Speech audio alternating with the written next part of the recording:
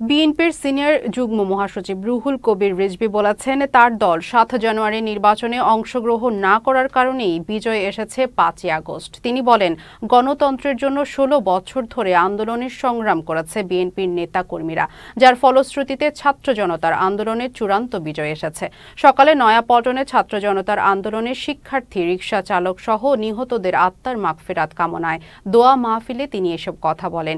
বিএনপির শীর্ষ এই নেতা বলেন, শেখ হাসিনা খুনিদের সুরক্ষা দিয়ে সংসদে নিয়েছেন, কিন্তু বিএনপির কেউ অন্যায় করলে তার শাস্তি নিশ্চিত করেছেন বিএনপির ভারপ্রাপ্ত চেয়ারম্যান তারেক রহমান। শেখ হাসিনার ভুল কি? ভুলটা হচ্ছে যে ৭-এর যে নির্বাচন, সেই নির্বাচনে বিএনপিকে না নিয়ে যেতে পারা।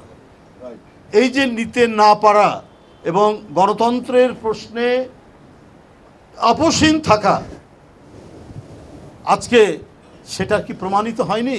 আওয়ামী লীগের নেতাই বলছে যে কমপক্ষে বিএনপিকে নিয়ে গেলে পরে একটা ফেস সেভিং হতো। অতটা আজকে যে আন্দোলনের মুখে পড়া গেছে সেইটা হয়তো লাগতো না, কারণ ওদেরকে পার্লামেন্টে নেওয়া যেত কয়েকটা সিট দিয়ে। এটা বড় ভুল করেছে হাসিনা।